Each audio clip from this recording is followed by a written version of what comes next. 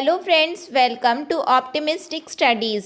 जैसा कि हम सभी जानते हैं कि छत्तीसगढ़ फूड इंस्पेक्टर की भर्ती निकली है। उस क्रम में हमने अपने ऑप्टिमिस्टिक स्टडीज़ के यूट्यूब चैनल पे आपके लिए फ्री क्रैश कोर्स लॉन्च किया है, जिसमें हम आपके सिलेबस का पार्ट बी डिस्कस कर रहे हैं। यदि आपके पास सिलेबस नहीं है तो आप हमारी ऑप्टिमिस्टिक स्टडीज़ के टेलीग्राम चैनल, जिसकी लिंक डिस्क्रिप्शन में है, उसमें जा कर के आप हमारे टेलीग्राम चैनल को ज्वाइन कर सकते हैं। उसमें food inspector, Chhattisgarh food inspector का सिलेबस है, आप वहाँ से डाउनलोड कर सकते हैं। तो जैसा कि मैंने आपको बताया कि ये एग्ज़ाम जो है पार्ट ए और पार्ट बी में हो रहा है, जहाँ पार्ट ए में 150 क्वेश्चन पूछे जाएंगे और पार्ट बी में 50 क्वेश्चन।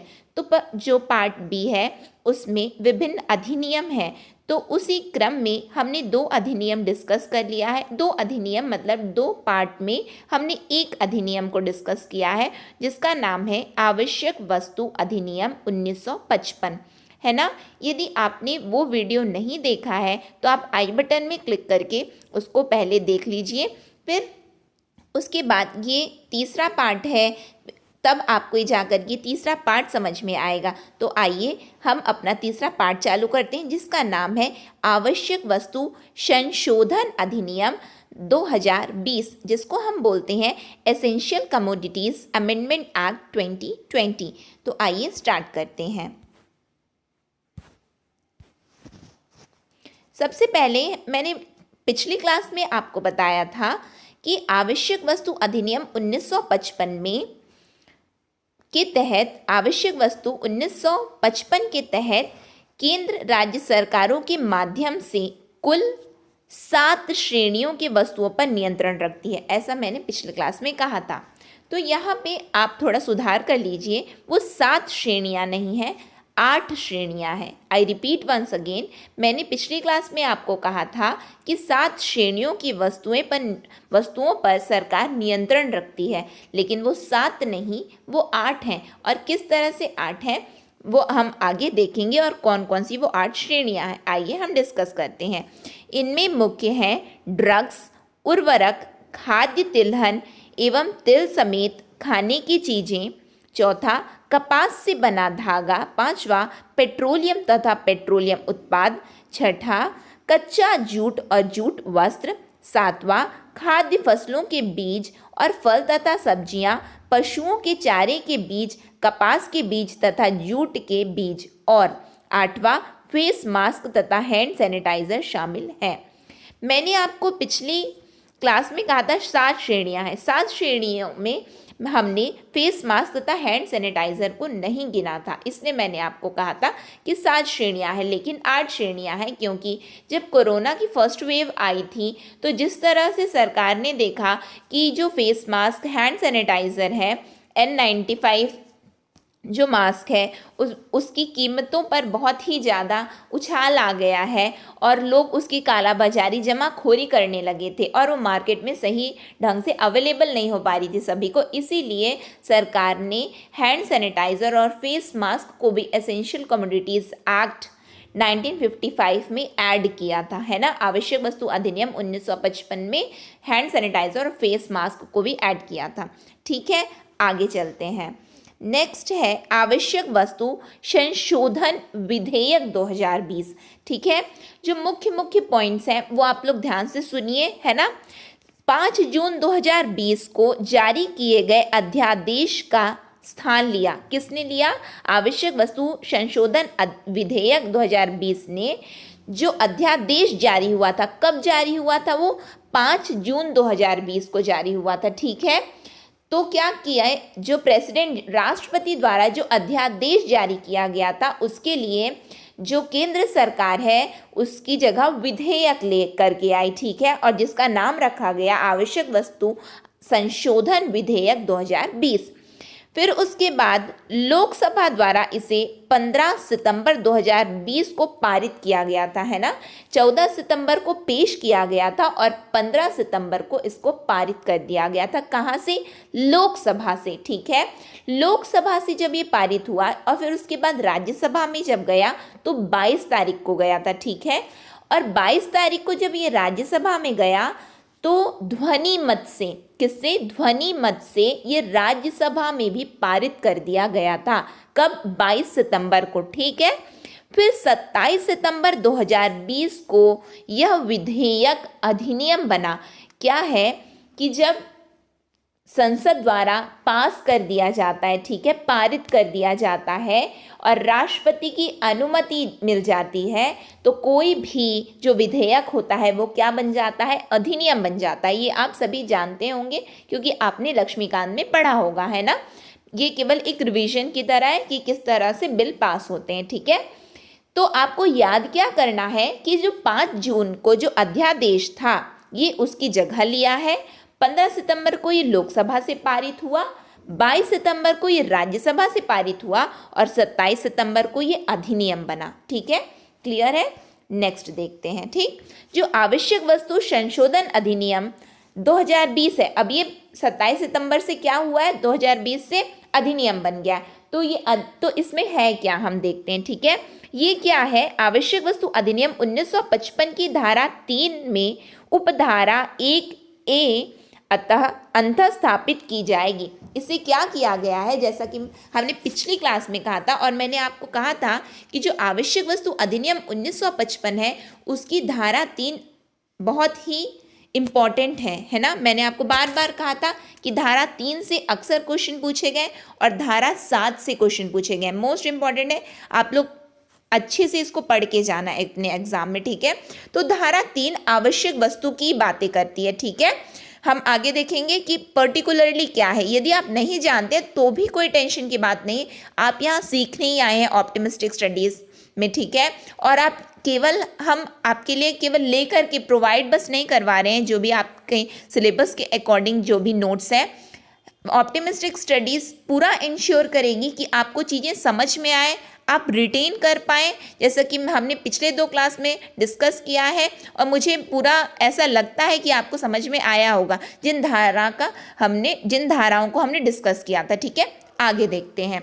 तो ये क्या याद रखना है आपको, जो ये संशोधन अधिनियम है वो क्या की है, जो 1955 का अधिनियम था आवश्यक वस्तु, उसमें उसकी धारा 3 में ये एक उपधारा को ऐड की है और वो उपधारा का नाम क्या है? 1A, है ना, जिसको आप इंग्लिश में बोलते हैं सब सेक्शन 1A, ठीक। इतना बस समझ लो, यानी कि सेक्शन 3 में सब सेक्शन 1A ऐड की है, ठीक। नेक्स्ट देखते हैं क्या है। देखिए, जो ट्रेड एंड कॉमर्स होता है, ट्रेड एंड कॉमर्स मतलब बिक्री के लिए, ठीक है।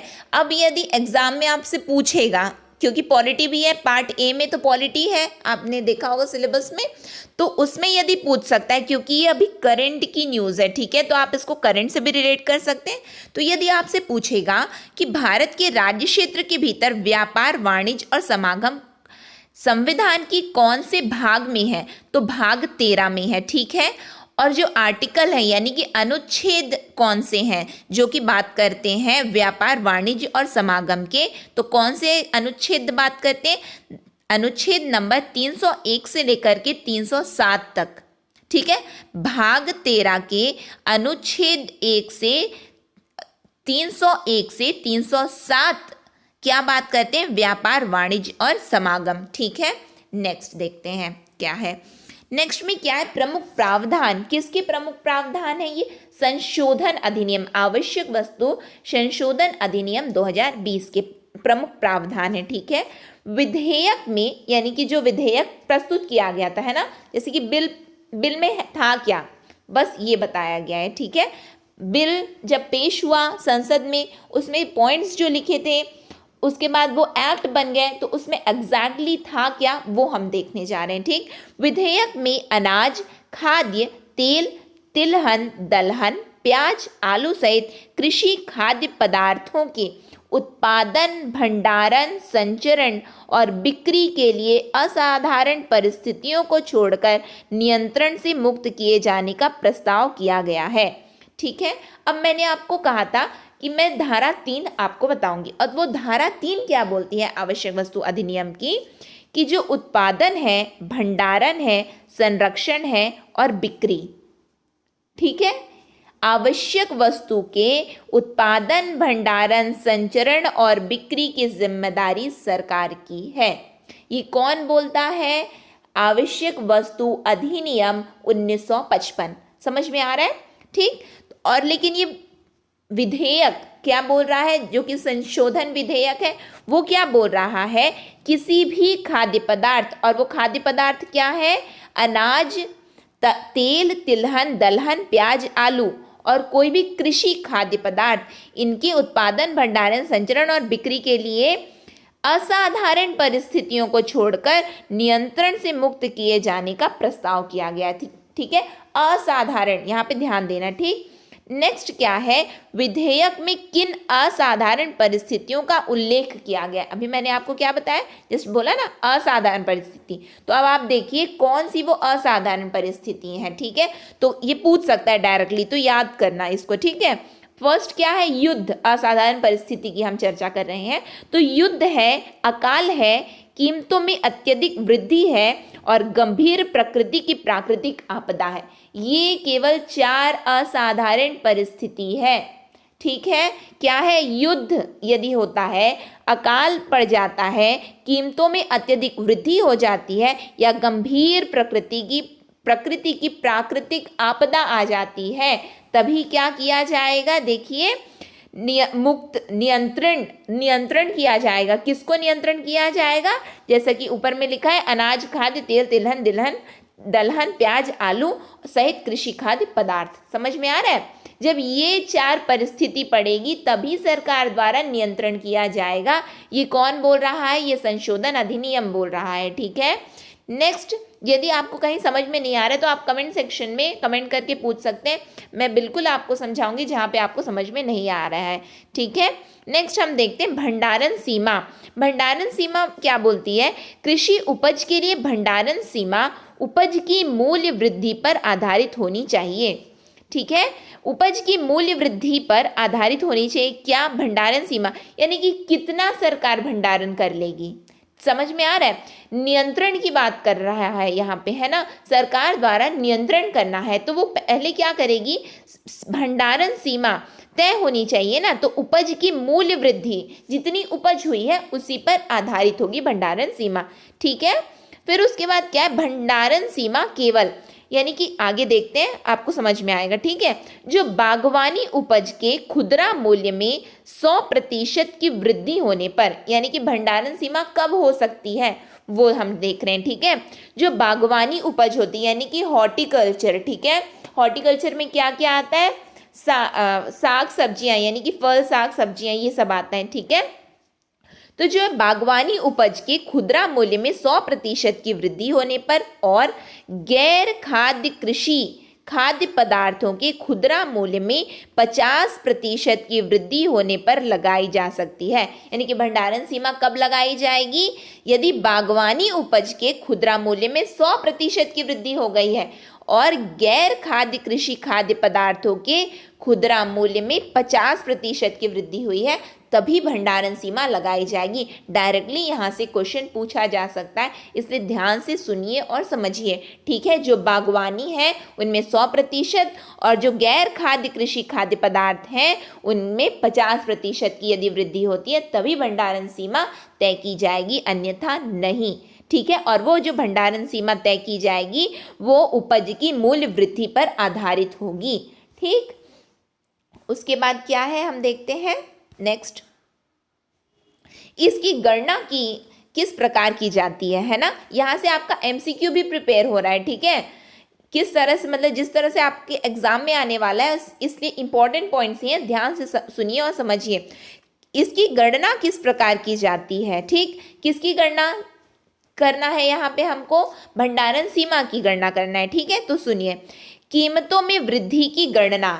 ठीक है, कीमतों में वृद्धि की गणना किस तरह से करेंगे, भंडारण सीमा तो हो गई कि किस तरह से कौन सा कितना प्रतिशत वृद्धि हुआ तो भंडारण कर रहे हैं। ठीक है, अब ये मूल्य भंडारण सीमा भी कर लिए, अब कितनी कीमत रखेंगे ये, है ना, अब ये भी देखेंगे कि बाजार में ये किस तरह से उपलब्ध होगा, सरकार कितनी कीमत, जैसे N95 मास्क जब मिल रहा था, तो जब मिलने लगा था, जबकि अभी मास्क जो है 10 रुपये में भी अवेलेबल हो जा रहे हैं, जो कपड़े के हैं ना, लेकिन उस समय तो कोई भी मास्क अवेलेबल नहीं था और N95 के दाम तो 500 लगभग हो चुके थे, 250-500 हो चुके थे, जबकि वो उतना तो है नहीं ना। एक तय की गई थी फिर सीमा, किसके द्वारा? सरकार के द्वारा की गई थी। ठीक उसी की कीमत की बात यहाँ पे की जा रही है, ठीक है। कीमतों में वृद्धि की गणना, एक्सक्यूज मी, पिछले 12 महीनों की कीमतों अथवा पिछले 5 वर्ष के औसत खुदरा कीमतों जो भी कम हो के आधार पर की जाएगी, ठीक है। तो कीमत किस तरह से तय किया जाएगा? जो पिछले 12 महीने में जो कीमत थी उसकी, ठीक है। नहीं तो यदि 12 महीने से नहीं पता चल रहा है तो पिछले पाँच वर्ष की जो भी औसतन कीमत थी उसकी, और उसमें से भी जो भी कम कीमत आई है, ठीक है। मान लो औसतन कीमत 50 रुपये आई है और जो पिछले 12 महीने की कीमत है वो 55 रुपये आई है, तो यहाँ पे कौन सी कीमत तय की जाएगी? 50 रुपये तय की जाएगी, ठीक है। समझ में आ रहा है? फिर उसके बाद क्या है, इससे लाभ क्या होगा? ऐसा करने पे लाभ, यदि कोई भी प्रश्न बना, यदि डीप में जाकर के पूछेगा सीजी व्यापम तो ये प्रश्न बनेंगे, अन्यथा लाभ संबंधित आप लोग केवल जान लीजिए कि होगा क्या इससे, ठीक है। इस विधेयक के पारित हो जाने पर निजी निवेशकों के अपने व्यावसायिक कार्यों में अत्यधिक विनियामक हस्तक्षेप की आशंका दूर होगी, है ना। यानी कि किसी भी प्रकार की जो विनियामक हस्तक्षेप की जाती है वो नहीं होगा। फिर उसके बाद क्या है? उत्पाद सीमा, आवाजाही, वितरण और आपूर्ति की स्वतंत्रता से अर्थव्यवस्था में वृद्धि होगी और कृषि क्षेत्र में निजी क्षेत्र विदेशी प्रत्यक्ष निवेश आकर्षित होगा। ये क्या बोलते, स्टेटमेंट बेस्ड यदि क्वेश्चन पूछेगा तो ये पूछ सकता है, ठीक है। फिर उसके बाद क्या होगा? यह कोल्ड स्टोरेज में निवेश और खाद्य आपूर्ति श्रृंखला के आधुनिकीकरण में मदद करेगा। ये क्या है? जो आवश्यक वस्तु संशोधन विधेयक था, जो अध्यादेश था पहले, ठीक है, अध्यादेश जो 5 जून को था, ये क्या है? जो अभी कृषि कानून लाया गया था उसी में जो 3 कृषि कानून आए थे उसी में एक कानून था ये आवश्यक वस्तु संशोधन अधिनियम 2020, ठीक है। तो अभी हाल ही में सरकार द्वारा फैसला किया गया है कि जो वो नियम लाया गया था, अधिनियम लाया गया था, उसको वापस लिया जा रहा है, ठीक है। तो ये मोस्ट इंपॉर्टेंट टॉपिक हो जाता है आपके एग्जाम पॉइंट ऑफ व्यू से, क्योंकि ये अभी करंट की न्यूज़ है और एग्जाम में आने के बहुत चांस हैं कि इससे प्रश्न बन सकते हैं, ठीक है। तो यदि आज हमने जो डिस्कस किया है, यदि आपको कहीं पे भी कुछ भी डाउट है तो आप कमेंट सेक्शन में कमेंट करके पूछ सकते हैं। आपको वीडियो कैसी लगी? यदि अच्छी लगी हो तो please like, share and subscribe our YouTube channel. और यदि आपको फ्री पीडीएफ चाहिए तो आप हमारे टेलीग्राम चैनल को ज्वाइन कर सकते हैं, जिसकी लिंक डिस्क्रिप्शन में है, जिससे आपको फ्री पीडीएफ मिल जाए। वहाँ पे हम और भी चीज़ें डालते हैं, जैसे करंट न्यूज़ डालते हैं, वहाँ वो भी आपको मिलेंगी समय समय पर। तब तक के लिए optimistic learning. Thank you for the session.